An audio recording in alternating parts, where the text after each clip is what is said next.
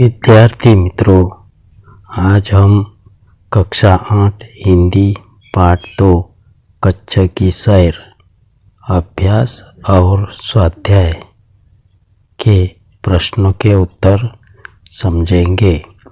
आप ध्यान से सुनिए और लिखिए। अभ्यास प्रश्न 1। निम्नलिखित मुद्दों के संदर्भ में 4-5 वाक्य बोलिए। 1. मरुभूमि, रेगिस्तान। उत्तर: जिस प्रदेश में दूर दूर रेत होती है उसे रेगिस्तान या मरुभूमि कहते हैं। मरुभूमि में बारिश बहुत ही कम होती है। यहाँ पानी के लिए भटकना पड़ता है। कई जगह पर पानी निकलता है। मरुभूमि में लोग ऊँट की सवारी करते हैं, इसलिए ऊँट को रेगिस्तान का जहाज कहते हैं। कच्छ में बहुत बड़ा रेगिस्तान है। इस तरह हम मरुभूमि, रेगिस्तान के बारे में लिखना है। 2. कच्छ के 3 बड़े शहर। उत्तर: मुंद्रा, भुज और मांडवी ये कच्छ के बड़े शहर हैं। मुंद्रा में अनेक उद्योगों का विकास हुआ है। मुंद्रा शहर में तहसील मुख्यालय भी है। मांडवी अति सुंदर बंदरगाह है। यह बड़ा प्राचीन नगर है। यहाँ ताजमहल, पवन चक्कियाँ और समुद्र तट के कारण दर्शनीय है। भुज वैभवशाली शहर है। आईना महल, प्राग महल, टावर, स्वामीनारायण मंदिर, हिल गार्डन, हमीरसर तालाब, भुजिया पहाड़ आदि दर्शनीय स्थल है। इस तरह से हमें कच्छ के स्थल के नाम, शहर के नाम लिखने हैं जो बड़े बड़े शहर है।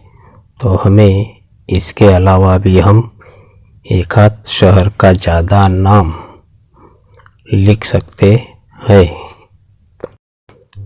3. कच्छ में स्थित धार्मिक स्थल।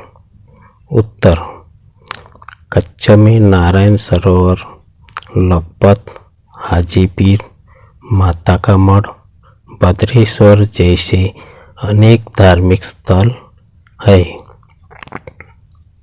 नारायण सरोवर रामायण काल का प्राचीन धार्मिक स्थल है। लखपत में सिखों का गुरुद्वारा है। हाजीपीर मुसलमानों के लिए श्रद्धा का केंद्र है। माता का मठ पर लोग श्रद्धा भाव से पद यात्रा करते हैं। दर्शन के लिए आते हैं। भद्रेश्वर अति प्राचीन जैन यात्रा धाम है। ऐसे अनेक धार्मिक स्थल है। इस तरह से कच्छ में तो बहुत धार्मिक स्थल है, पर हमें यहाँ 4 धार्मिक स्थल के नाम लिखे हैं और आप ज़्यादा भी लिख सकते हो। 4. कच्छ के ऐतिहासिक स्थल। उत्तर: सामखियाली के उत्तर दिशा में धोलावीरा में मोहेंजोदाड़ो प्राचीन संस्कृति के अवशेष पाए गए हैं। यह स्थान 5000 वर्ष के अवशेषों का अंग है। लखपत गुरु नानक की याद दिलाता है। वह जीर्णावस्था में होते हुए दर्शनीय स्थल है। जैसल तोरल की स्मृति में बना मंदिर भी ऐतिहासिक स्थान है। इस तरह से यह हमें यूट्यूब या तो क्रोम, इसमें हम ज़्यादा जानकारी ले और माहिती लिखे। प्रश्न 2, निम्नलिखित प्रश्नों के उत्तर दीजिए। 1. आप अपनी पाठशाला में से किसी यात्रा पर गए हो तो उसका वर्णन अपने शब्दों में कीजिए। मित्रों, यहाँ पर जहाँ हम अपने पाठशाला से कहीं यात्रा की हो तो वह लिखना है। अगर नहीं की हो तो आप कल्पना करके आपकी जानकारी के हिसाब से वर्णन करना है। मैंने यहाँ पर वलसाड़ के प्रवास का वर्णन किया है, जो आप पढ़ सकते हो। उत्तर: इस वर्ष दीपावली के छुट्टियों में हमारे पाठशाला में से प्रवास हुआ था। प्रवास बस से हुआ था। पाठशाला से सुबह 7 को हम निकल चुके। सबसे पहले तड़केश्वर महादेव मंदिर पहुँचे। तड़केश्वर महादेव के दर्शन के लिए यह मंदिर पौराणिक कथा के साथ जुड़ा हुआ है। इस मंदिर की विशिष्टता यह है कि इसके ऊपर छत ही नहीं है और शिवलिंग सोया हुआ है। बाद में वहीं पर नाश्ता किया। वहाँ से हम बरूमाला महादेव मंदिर गए। यह मंदिर वलसाड़ जिले का महत्वपूर्ण स्थान है। कई विद्यार्थियों ने खिलौने, धार्मिक पुस्तकों की खरीदारी की। वहाँ से हम धर्मपुर के जिला विज्ञान केंद्र आए। यहाँ पर बाल पुस्तकालय, बाल उद्यान, मिनी थिएटर, खिलौनों का वर्कशॉप है। मिनी थिएटर में छोटी फिल्म देखी। समय के अभाव से बाल उद्यान में खेलने नहीं मिला। तड़केश्वर लौटकर हमने भोजन किया। वहाँ से पारनेरा पर्वत पर चामुंडा देवी के दर्शन करके तीथल के समुद्र तट पर पहुँचे। साईं बाबा और स्वामीनारायण मंदिर के दर्शन किया। आखिर में समुद्र तट पर विद्यार्थी खूब खेले। कई बच्चों ने समुद्र में नहाकर आनंद लिया। अंत में हम सूरत की ओर निकल पड़े। हम बहुत थक चुके थे। बस में बैठते ही कब नींद लग गई और सूरत पहुँचे पता ही न चला। यह प्रवास हमें अविस्मरणीय रहेगा। 2. आपने की हुई किसी यात्रा का वर्णन करते हुए अपने मित्र को पत्र लिखिए। तो इस पत्र की जानकारी पाठ 1 पत्र एवं डायरी में दी है। पत्र लिखते समय हमें बाई और नाम, पता, तारीख लिखो। उसके बाद संबोधन, उसके बाद उस पत्र का जो विषय हो वो विषय लिखना है। अंत में समाप्ति लिखनी है। इस पत्र के बारे में आप पाठ 1 का वीडियो देखें और ज़्यादा जानकारी प्राप्त करें। प्रश्न 3, दिए गए शब्द मिले ऐसी पहेलियाँ का निर्माण कीजिए। 1, घर मेरा है आकाश, खुद का है प्रकाश, दिन में छिप जाता, रात में निकल आता, ना हो मैं तुम्हारा मामा, चमचम मैं चमकता। तो इसका जवाब सोचिए। सितारा। 2, हूँ मैं गणेश सा, चाल है मेरी मस्त, लंबे 2 दांत मेरे, काया है जबरदस्त। तो इसका उत्तर क्या आएगा? सोचिए। तो इसका जवाब हाथी। 3, दूर करता अंधेरा काला, जल जल कर देता उजाला, तेरे तेल बिना न मेरा जीवन, बाती ही तो मेरा स्वजन। तो इसका जवाब है चिराग।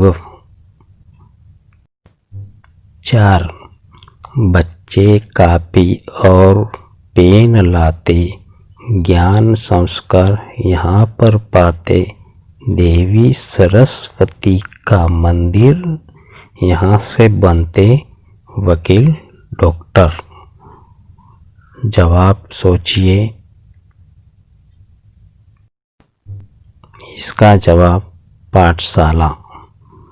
तो बच्चों, इस तरह से हमें नए नए पहेलियाँ हमें बनाना है, हमें बनाता आना चाहिए। आप नए तरीके से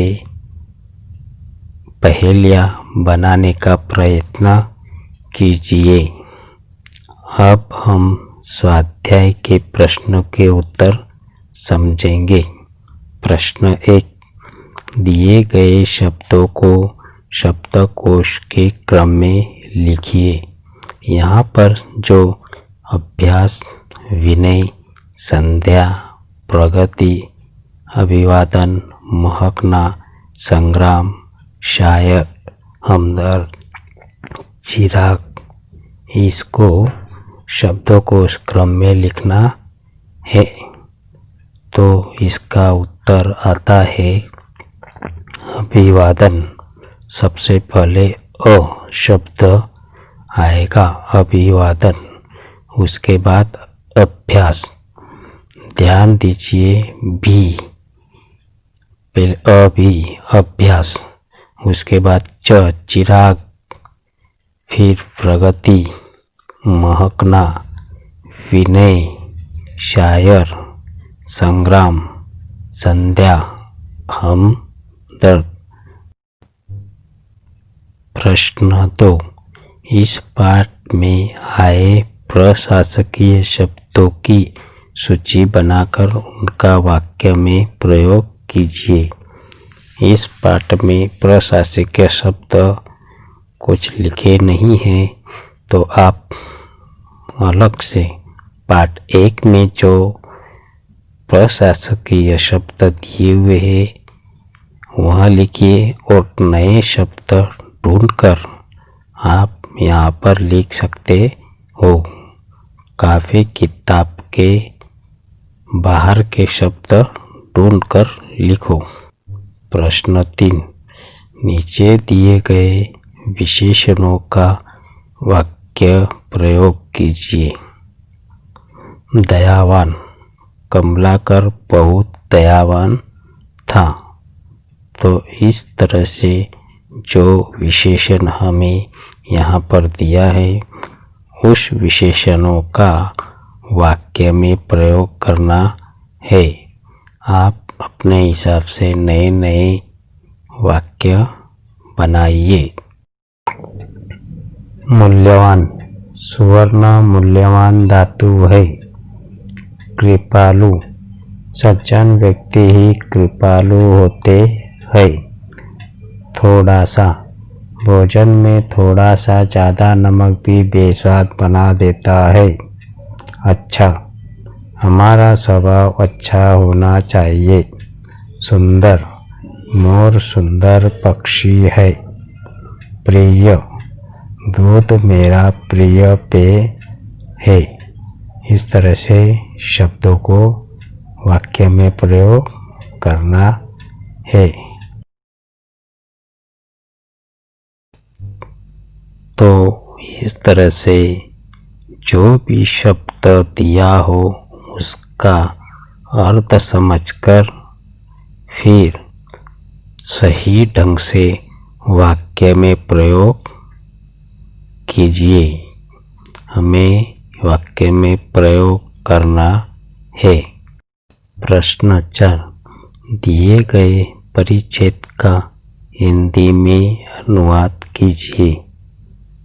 तो यह एक पैराग्राफ परिच्छेद दिया हुआ है, उसे हमें हिंदी में अनुवाद करना है। उत्तर यहाँ पर अनुवाद दिया हुआ है, आप ध्यान से सुने। हिरन नदी की पश्चिम की तरफ सूरज दादा विदा ले रहे हैं। संध्या के समय पक्षियों की टोलियाँ अपने घोंसलों की ओर उड़ रही है। भैंसों का झुंड, गायों का समूह खुद के मालिक के घर की ओर लौट रहा है। तभी रिमझिम वर्षा की शुरुआत हुई। लोग असह्य गर्मी की पीड़ा से मुक्ति का आनंद ले रहे थे। सिर्फ मनुष्य ही नहीं, पशु पक्षी भी शांति का अनुभव करने लगे। तो अनुवाद करते समय हमें थोड़े शब्द इधर उधर हो जाते हैं। पूर्ण अनुवाद ज्यों के त्यों करना थोड़ा असंभव होता है, तो कभी कभी शब्द इधर उधर हो जाता है। प्रश्न 5, अपूर्ण कहानी पूर्ण कीजिए। अपूर्ण कहानी पूर्ण कीजिए। एक गांव था। उस गांव में एक गरीब किसान रहता था। उनके 2 बेटे थे। बड़े का नाम रामू और छोटे का नाम। तो अब इस कहानी को आप अपनी कल्पना के हिसाब से आगे बढ़ाना है। मैं एक कहानी सुनाता हूँ, अगर आपको अच्छी लगे तो यह कहानी आप लिख सकते हो। तो कहानी सुने। एक गांव था। उस गांव में एक गरीब किसान रहता था। उनके 2 बेटे थे। बड़े का नाम रामू और छोटे का नाम श्यामू था। दोनों बच्चे बड़े आलसी थे। हमेशा दोनों लड़ते रहते थे। तभी किसान बहुत चिंता करता था। तो एक बार किसान ने युक्ति की। उन्होंने खेतों से लकड़ियाँ लाने को कहा। उन्होंने खेतों से सूखी लकड़ियाँ लेके आए। उस लकड़ी को दोनों के हाथों में एक एक दे दी और उसे तोड़ने को कहा। तभी दोनों ने एक एक लकड़ियाँ दे दी। उसके बाद और एक एक लकड़ी दी। तो वह लोग लकड़ियाँ तोड़ने को कही। दोनों ने वह लकड़ियाँ भी तोड़ दी। उसके बाद उन्हें ज़्यादा लकड़ियाँ दी और उसे एक साथ तोड़ने को कहा, मगर वह रामू और श्यामू ने वह लकड़ियाँ न तोड़ पाए और वह न तोड़ पाने से उन किसान ने उन्हें कहा कि देखो बच्चों, यह एक एक लकड़ी थी, इसके लिए आप तोड़ पाए, मगर ज़्यादा लकड़ियाँ अगर एक साथ आ गई तो आप तोड़ न पाए। इसलिए आप दोनों भी मिलजुल कर रहिए। और उन दोनों बेटों को समझ में आ गया और फिर रामू और श्यामू दोनों मिलजुल कर रहने लगे। तो इस पाठ का अभ्यास और स्वाध्याय के प्रश्नों के उत्तर हो गए हैं। आभार।